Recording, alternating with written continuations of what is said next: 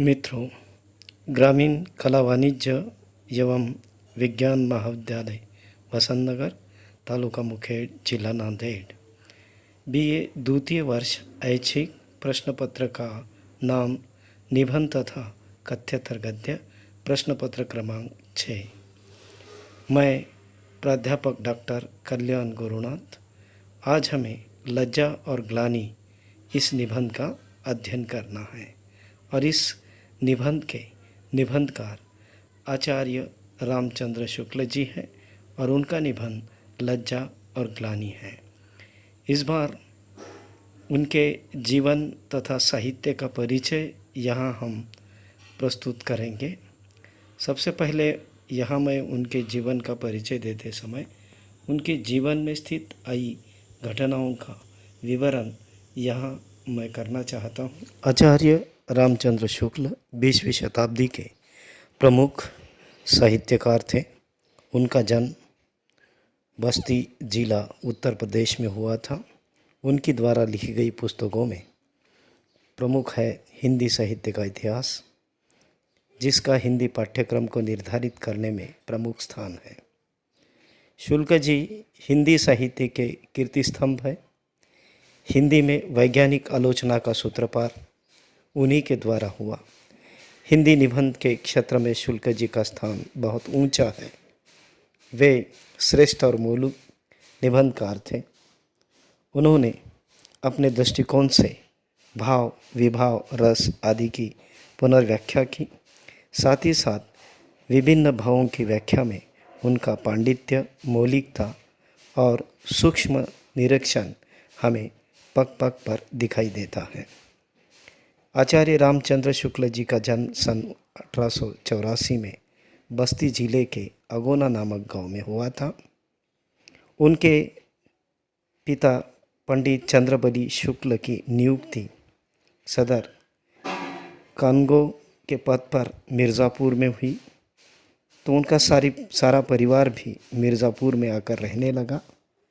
जिस समय शुक्ल जी की अवस्था केवल 9 वर्ष की थी, उनकी माता का देहांत हुआ। माता के दुख के अभाव के साथ साथ उन्हें विमाता से मिलने वाले दुख को भी सहना पड़ा। इससे उनका व्यक्तित्व बड़ा गंभीर बन गया। पढ़ने की लगन शुक्ल जी में बचपन से ही थी, किंतु इसके लिए उन्हें अनुकूल वातावरण नहीं मिल सका। किस तरह से उन्होंने एंट्रेंस और एफए की परीक्षा उत्तीर्ण की। उनके पिता की इच्छा थी कि शुक्ल जी कचहरी में जाकर दफ्तर का काम सीखें, किंतु शुक्ल जी उच्च शिक्षा प्राप्त करना चाहते थे। अंत में पिताजी ने उन्हें वकालत पढ़ने के लिए इलाहाबाद भेज दिया, पर उनकी रुचि वकालत में न होकर साहित्य में थी। परिणाम यह हुआ कि वे उसमें अनुत्तीर्ण रहे।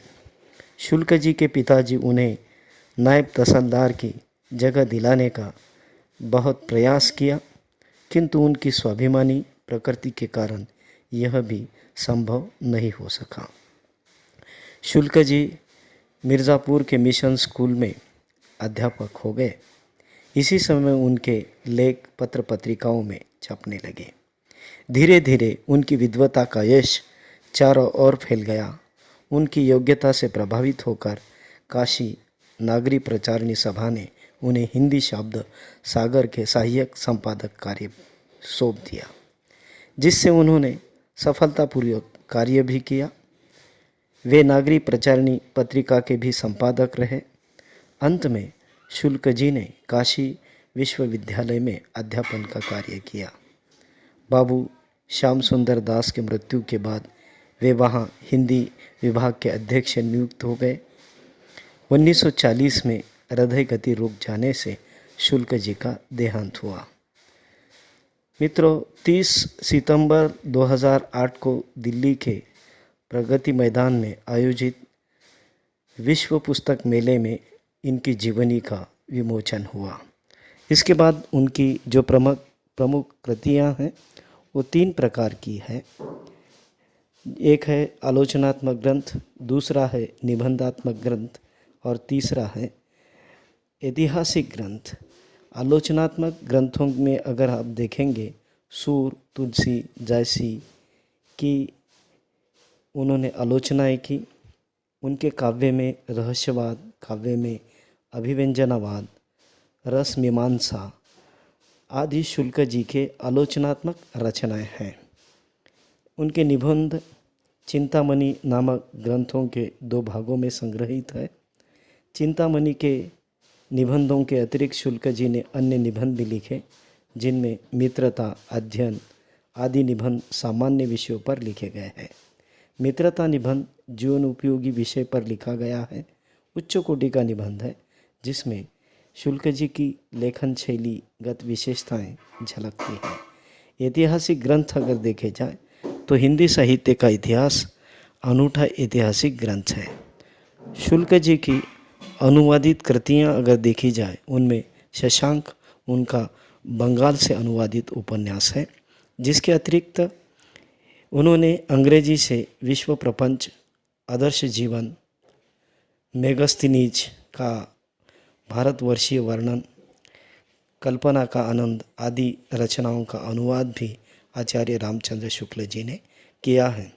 उनकी संपादित कुछ रचनाएं हैं, जिनमें नागरी प्रचारिणी पत्रिका है, भ्रमर गीत सार, सूर, तुलसी, जायसी ग्रंथावली जो कि उल्लेखनीय है।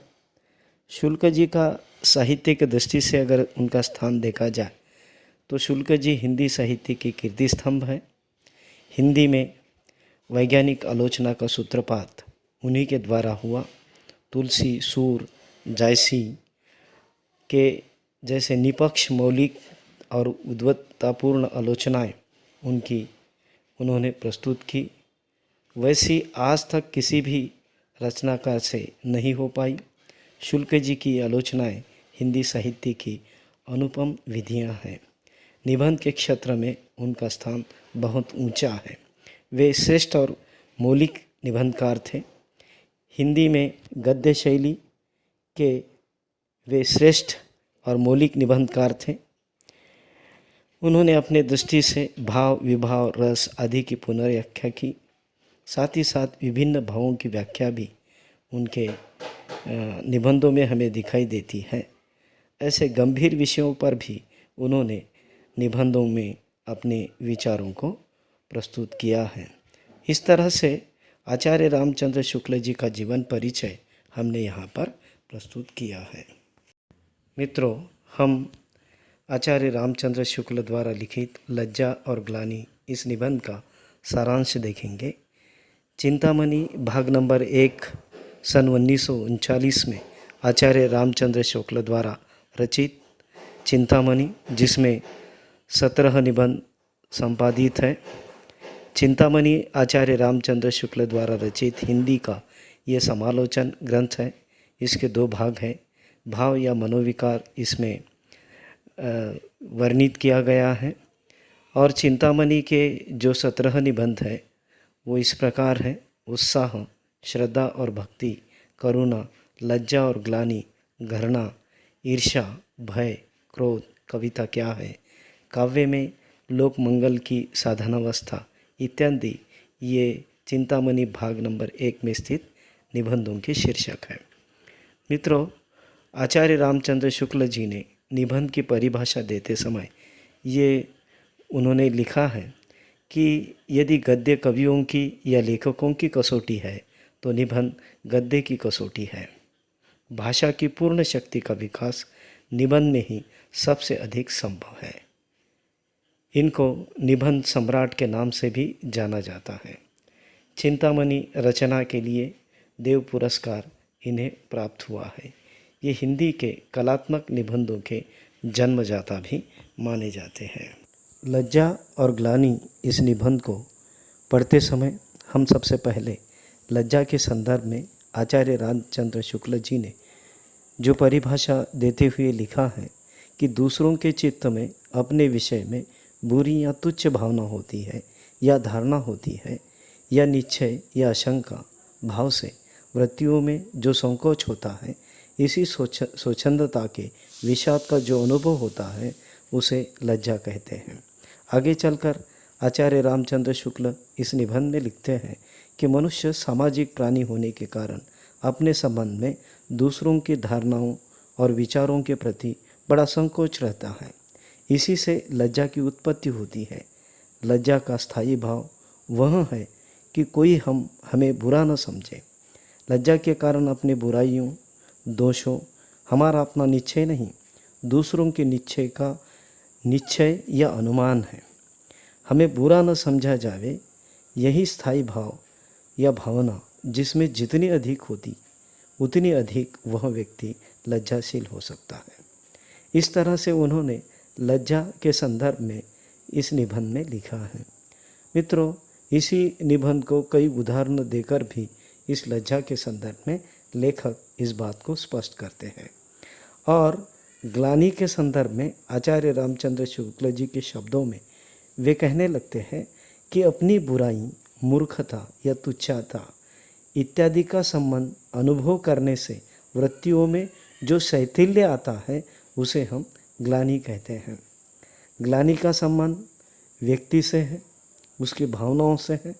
जब व्यक्ति अपनी भावनाओं में ग्लानि के संदर्भ में सोचने लगता है तो उसके बारे में लेखक आगे चलकर लिखते हैं कि ग्लानि के कारण अंतःकरण शुद्ध होता है। सात्विक वृत्ति वालियों की आत्मा प्रताड़ना की ही ग्लानि होती है। ग्लानि के द्वारा मनुष्य अपनी बुराइयां या दोषों का उसे ज्ञान होता है और इन बुराइयों से दूर करने का प्रयास भी व्यक्ति करता है। लज्जा से व्यक्ति छिप सकता है, लेकिन लज्जावंश समाज से भाग सकते हैं पर अपने आप से नहीं। तो ग्लानि का संबंध व्यक्ति के अंदर है। अपनी बुराइयों के कारण, अपनी तुच्छता के कारण वो अपने में उस भाव का अनुभव कर सकता है। लज्जा का संबंध दूसरों से भी है, लेकिन ग्लानि के कारण वो व्यक्ति अपने आप से कभी बच नहीं सकता है। ये बात आचार्य रामचंद्र शुक्ल जी ने इस निबंध के माध्यम से बताई है। सारांश रूप में हमने यहाँ आचार्य रामचंद्र शुक्ल जी के निबंध का अध्ययन किया है और अगर विस्तार से इस निबंध को पढ़ना है तो इस निबंध का अगर पठन करेंगे तो ज़रूर ये निबंध आपके ध्यान में आ सकता है और पूरी तरह से इस निबंध को आप पढ़ सकते हैं। नमस्ते।